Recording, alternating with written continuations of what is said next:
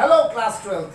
In the last lecture we have discussed about the fringe width. We have calculated the fringe width using the Young's double slit experiment. Today we will talk about the angular width of the fringe, the graphical representation of intensity in the experiment of Young double slit experiment, what is the coherent source again, and what if the source of light is not monochromatic, that will be of polychromatic, or you can say white light, then what will happen, and the conditions to obtain sustained interference using light waves. So let's start. How to calculate the angular fringe width with the last equation. If you remember that this was the Young double slit diagram. So to calculate angular width, you can see whatever the angular is moving, whatever the angular distance is moving on the screen, this is what the angular width. There will be number of fringes. So we will focus at any of the fringe, then to the next at any of the fringe, and we will see what we will calculate what is the angular width of the fringe. So let's see. So here we are starting the angular fringe width. In the last we have seen the fringe width only. Now that was the linear fringe width. Now we are going to calculate angular fringe width. So we know that angle is equal to arc upon radius. For that, see the previous diagram. So here this is the fringe width, and this is the angle. If you are taking that angle, this is like arc and this is radius. So angle is equal to arc upon radius. We know that. Suppose this is at somewhere here. So theta is equal to, say, theta 1 is arc upon radius. Now move this position to somewhere here. So theta will vary. So at that time, suppose theta 2, again theta 2 is equal to arc upon radius. If you will subtract theta 2 and theta 1, so what you will get? The angular width. So let's see here again. I'm writing that theta m in general, theta m in general, that is angle is equal to arc. What is arc? You can see here, arc is our x, means the position, x the position. So x in general I have written xm, theta m, so this will be also in general xm. So theta is equal to like arc, and what will be the radius? See, the distance between the slit and the screen is capital D. So this is the equation. Since we know that that xm is equal to, if you remember, m d lambda by d. So let's fill the value here. See here what you will get. Xm is equal to m d lambda upon small d and into 1 upon d. This d is already here, so small d will be cancelled. What you will get? M lambda upon d. So this is general, that theta m is equal to m lambda upon d. This is what? Angular fringe width of the fringe. So here this is the general equation. I want to know the angular separation. Means if you see the diagram here, the angular separation, we have calculated beta, means the fringe width already, but here we are going to calculate the angular width. So as we have calculated the beta, same process we will use here. Suppose I am talking about the second, you can say next one. This one was the theta m. So in the calculation of fringe width, linear fringe width beta, I had written the numerical values at first and second, but here I want to show you this is also way. Suppose this is theta m and this is theta m plus 1, the next one. So m plus 1, instead of theta what we can write? Next one, m plus 1. So lambda upon d. So what will be the angular width? The difference of that, theta m plus 1 minus theta m. So what will be here? M plus 1 lambda small d minus m lambda upon small d. So you can see here lambda upon d and lambda m upon small d, lambda m upon small d. This will be cancelled. What will be remaining? That only lambda upon d. If you will calculate, then you will get lambda upon d. So this is what? The angular width, theta to lambda upon d. So this is the next step after calculating the beta, that is fringe width. I want to show you again the general way of calculating the value of fringe width.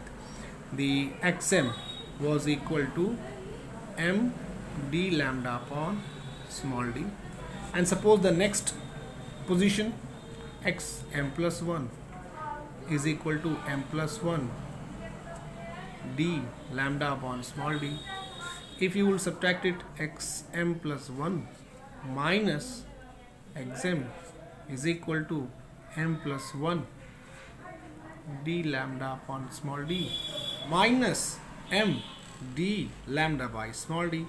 On subtracting, you will get only d lambda by d. This is what the difference, the subtraction of the positions, and this is what the fringe width beta.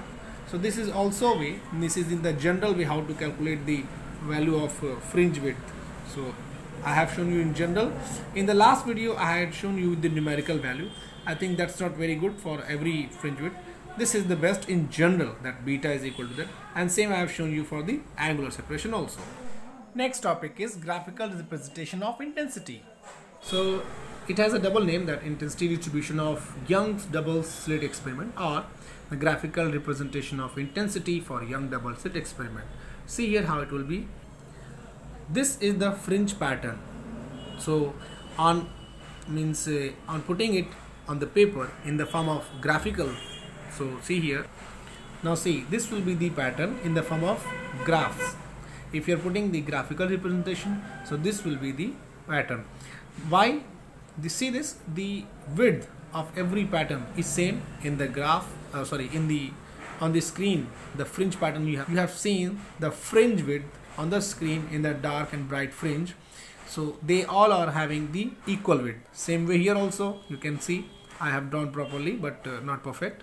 So this one we can say that at the center, suppose if this one is at the center, so this, the intensity, all intensities are equal because amplitudes are same. So we can say here this will be maximum because the path difference is 0 here on meeting there. The central bright fringe, this one is, so this will be I maximum, and the amplitudes are collecting here. So you can say that 4k amplitude square is the maximum intensity here on putting the values of A1, A2 as same. So A1 plus A2, if you are putting A1, A2 as A, so A1 plus A2 whole square, so A1 plus A2 are same, so 2A whole square means 4A square, and intensity is directly proportional to amplitude or intensity. I am showing you here. Intensity was equal to K times A1 plus A2 whole square. Here amplitudes were same for both the secondary wavelets. So see here, A1, A2 same. So what will be here? Twice A whole square, or you can say 4 times K square. That's why I maximum is here. Amplitudes means intensity of other rays, the pattern is same here. So here this will be O point, 0 point, or you can say central bright fringe. Next, maxima, where you will get maxima, if you remember, if x is equal to lambda, 2 lambda, 3 lambda, so on this you will get maxima. So you can say here lambda, this point here, this point, this will be maxima, again maximum. So 2 lambda, again maximum, 3 lambda. So this should be the path difference to get the maximum. Same way on the left side also, this will be what? Negative lambda, negative 2 lambda, so negative 3 lambda. So it doesn't matter that, because negative only says that it is left or right. The value of the maxima position is lambda, 2 lambda, 3 lambda in the sense of path difference. And suppose if you're talking about the path difference for the minima, that was lambda by 2, 3 lambda by 2. If you remember, lambda by 2, 3 lambda by 2, and so on. So here you can say this is what? Lambda by 2, this is 3 lambda by 2, this is 5 lambda by 2. Same way on this negative value. So here you can see the maxima, minima, maxima, minima, maxima, minima on the corresponding the value depending on the path difference. This in examination usually comes to draw this pattern. See, this came in 2018. In Young's double slit experiment, show graphically how intensity of the light varies with distance. So you can draw the same diagram. And suppose as we have drawn this graph in the terms of wavelength, suppose you have to draw this in the terms of phase difference. So what you will write? 0, 2 pi, 4, sorry, not here, 0, 2 pi, 4 pi, 6 pi, and so on. And here pi, 3 pi, 5 pi, so on. So this will be what? Maximum minima in the term of phase difference, and here we have shown in the term of path difference. We have already discussed about the coherent source. So this is about that. Coherent source means if the two light sources both are having the constant phase difference, or that constant value is 0, zero phase difference, then both will be called coherent source. If we are using two different sources, two bulb, two light source, any type, two candle, anything, two different light source, two separate light source, so they will not give you, they will not give you the coherent source, because at some time, at some point where they are meeting, where they are superimposing, maybe in same phase, but at the next point they might be out of phase. So they can't give you sustained same phases. Sustained same phase. Sustained means steady. So they will not give you sustained phase difference. If they will not give you same sustained phase difference or a steady phase difference, same way they will not give you the sustained interference pattern. So what that pattern will look like means, suppose here very thin bright, the next very broad bright, the next very thin bright, or means variation in the width will not be sustained. Or you can also experience intermixed, means completely light dark, complete light bright, means you can't say which type of pattern will be received. No sustained, no steady pattern.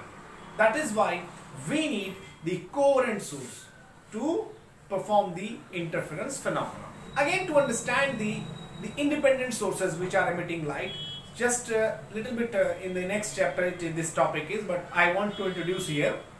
Suppose this is the nucleus and the other ones are orbit of this atom. Suppose any electron, these orbits are not the first, second, third. I am taking any orbit. So suppose the electron from this orbit, after getting some energy in the form of heat, light, whatever form of energy, after getting energy, by getting some energy, this electron jumps to the next orbit. But remember one thing, this electron which moves from its original orbit to the next orbit will not stay there for a long time. The electron will be there for only 10 to the power minus 8 seconds. After that, it will come back to its original position. But the main thing is, when this electron was moving from this orbit to the next, this happened because after getting some energy. Now if the electron is returning back to the original position, so the reverse phenomena will happen. It will emit light energy. That energy in the form of light, that may be visible or invisible, but that electron will emit that energy, then it will come back to its original position in 10 to the power minus 8 seconds. It's a very short duration. So I have just given you example that from this orbit to the next, this may be any orbit, and suppose now from this orbit to the further next orbit. So what will happen? The electron is free to come back direct to the original or in step by step. Now suppose the two independent sources, one of which on getting the energy, electron is moving to the next here, third orbit, and returns to the same, and the other source is after getting energy, jumps to the third orbit and then come to the second, then come to the first in step by step. So the energy emitted, the light wave emitted, will not of the same intensity, will be in the same frequency, means both will be out of phase. This is because of the two independent source will never give the sustained interference pattern. So we have to make single source as a two different sources, then it will give the sustained interference pattern. And what if we are using, instead of monochromatic light, white light? If you will use white light instead of monochromatic light, so on the screen, instead of bright and a dark fringe, you will get colored, means like a spectrum of colors. From central bright, which is at the center, that will be white. Why? All the waves are meeting at the central bright with the path difference 0, means phase difference also 0, means in the same phase. So there they will produce white spectrum or white fringe. But on the left or right, on moving to the left or right, the path difference will goes on increasing. At central bright, at central position, the path difference will be 0. White light will give the spectrum white on the screen. But on moving left or right, the path difference will start increasing. As the path difference will increase, so there will be a different type of wavelength. Why? If you remember, the x is equal to d lambda by small d, where lambda is what? Wavelength. So if the path difference will vary, means the value of x vary, so what will change? Capital D will never change. That is fixed between the distance between the screen and the slit.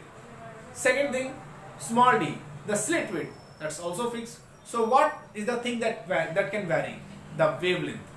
So if the path difference will increase, so wavelength will increase. That is why in the pattern, after the white light, you will see the spectrum of colored fringes. And after further, if you will see, so you will just be able to see there is a light, means some illumination will be there.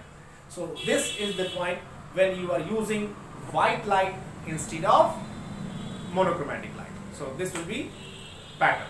The next point is the condition to obtain sustained interference pattern. Using that, see this equation. What is that? X is equal to, you can also say xm is equal to m times d lambda upon small d. We want a sustained interference pattern and brightness. So from this equation, you can see clearly, first point, which is very common, that the two sources must be coherent. So coherent means the two sources must be made from the single source. The phase difference should be constant, or constant value will be 0 also. The phase difference should be constant. Then the interference will be sustained. Second point, the waves emitted from the slit must have the same frequency. Third point, both these sources are superimposing at some point. So both the waves must follow the principle of superposition. In this equation, that beta is equal to lambda d upon small d. So to increase beta, the small d should be minimum value. So that is the small d what? Slit width. To obtain sustained interference pattern, the slit width should be as small as possible. And in the numerator, there is a capital D. So the capital D is the distance between the screen and the slit. So the distance from the slit to the screen should be quite large. Means the larger distance should be from slit to the screen. Sixth point, that in the intensity, you have seen I is equal to K times A1 plus A2 whole square. So you have seen I is maximum when A1 and A2 are added up.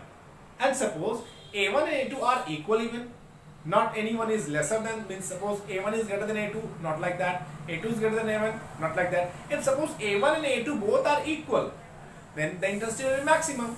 So the amplitudes of these sources should be nearly equal. Then we will obtain a sustained interference. Next point, that says the sources must be coming from very narrow hole, means the slit should be very narrow. Source is started with a single hole, so that source also must be very fine to produce very narrow beam of light.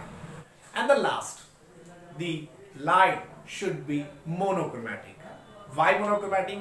If you will use the monochromatic light, then you will see on the screen bright and a dark fringe. And instead, if you are using the white light, then you will see central right and the other spectrums are on the both sides, the colors. That is why this point says the source must be monochromatic. So if we will follow these conditions, then we will obtain a very sustained and a very bright, very clear the interference pattern of the screen. Here the lecture ends. Till the next lecture, be safe, take care, and thank you.